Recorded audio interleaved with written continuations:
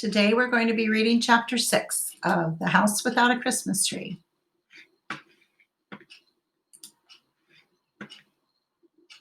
Carla May stayed after school with me to help remove the decorations from the tree before taking it home.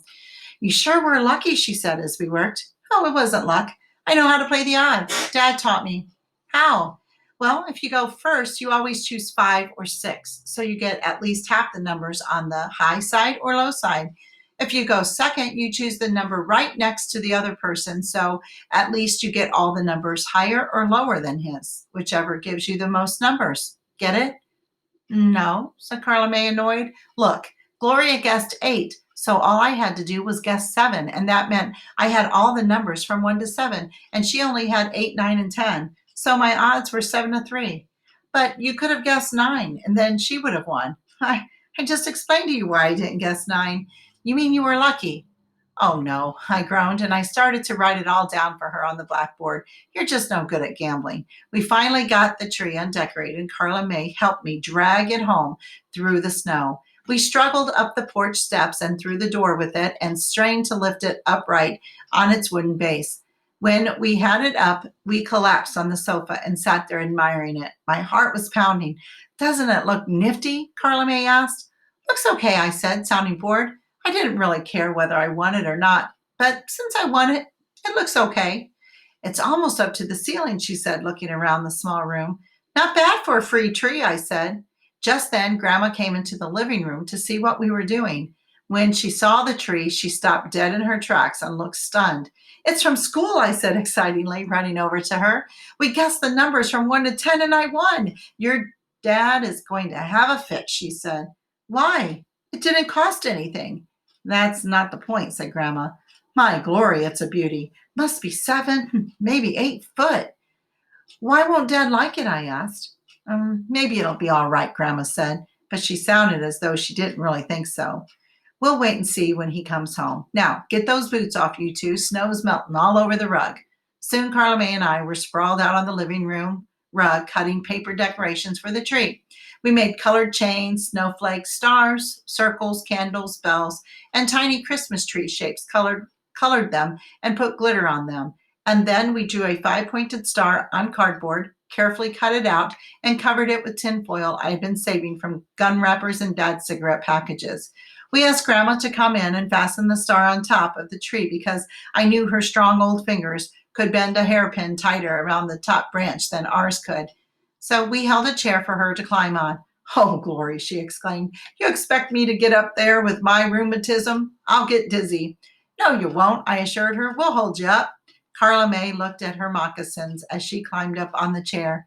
"Do you wear those because you're a character?" she asked Grandma. Grandma looked down at her. "Well, who says I'm a character?" "Miss Thompson," replied Carla May. "She did she?" said Grandma, looking puzzled. How'd Miss Thompson happen to say that?" "Well, a character's a good thing to be," I said quickly, not wanting her to misunderstand. "It means somebody like Columbus, who does what other people are afraid to do and doesn't give a fig if they laugh at him." "Well, how come Miss Thompson was hooking me up to Columbus?" asked Grandma as she took a hairpin out of her hair and used it to wire the star to the top of the tree. "Well, some kid was making fun of you, so Addie punched him," Carla May blurted out. I gave her a dirty look. "Got yourself into another fight, did ya?" asked Grandma. I nodded. "Well, good for you," she said. "Glad your dad taught you to box." I was surprised at her enthusiasm. She finished with the star. "There," she said.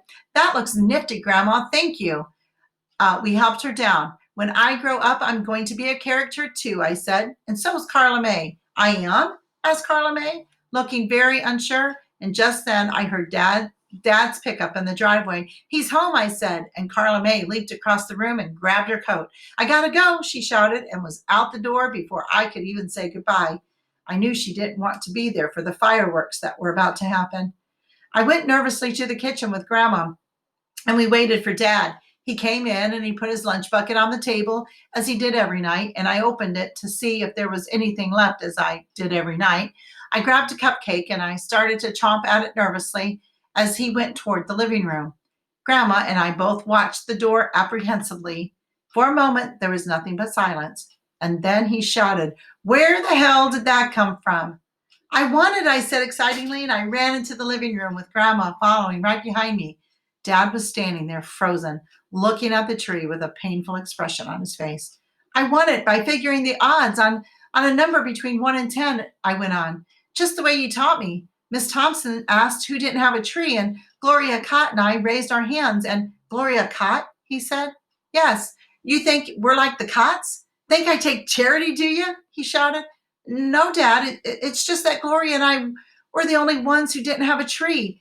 Then why didn't she take it home?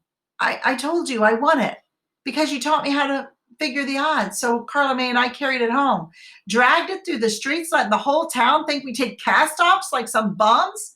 James, said Grandma, that tree's not hurting anything. I do not take charity, he shouted at her. It's not charity, said Grandma firmly. She won it fair and square. If I wanted a tree, I can damn well buy it myself, he said.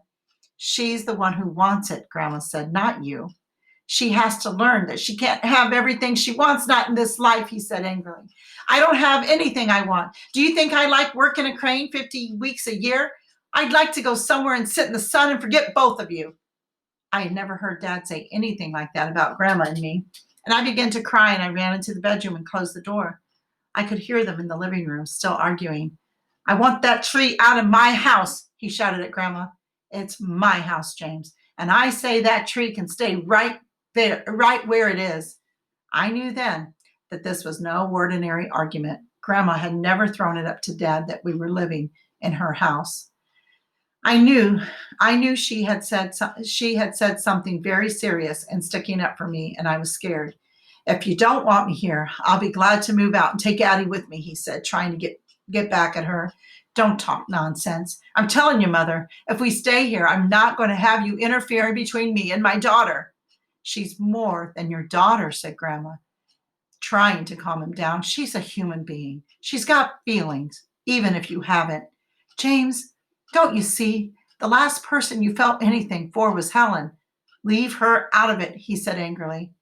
Dad never liked to talk about my mother very much, and I was surprised that Grandma would even bring it up. I know you were broken-hearted, she said, but you're not the only man who ever lost a wife. It's almost 10 years. That kind of grief is selfish. That child needs your love.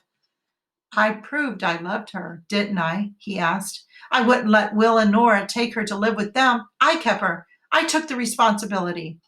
While she was a baby, it was all right, Grandma said. You could carry her around like a doll and plop her in her crib when you didn't feel like carrying her and chuck her under her chin. She was just a cute baby. Now she's growing into a person, and you don't know what to do with her. You hold yourself away and you live in this house like a stranger.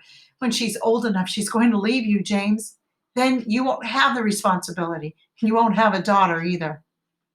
I never heard Grandma talk that way to Dad. And when she had finished, neither of them said any more for a few moments. Finally, he spoke. It was my fault, he said quietly. Having the baby is what killed her. It was pneumonia, son, Grandma said gently. People don't have to die of pneumonia. It was the baby that weakened her. If she hadn't had the baby, it was all because of me. No, James, Grandma said softly. You both wanted a baby. It wasn't your fault or Eddie's. It just happened. No good comes from laying blame.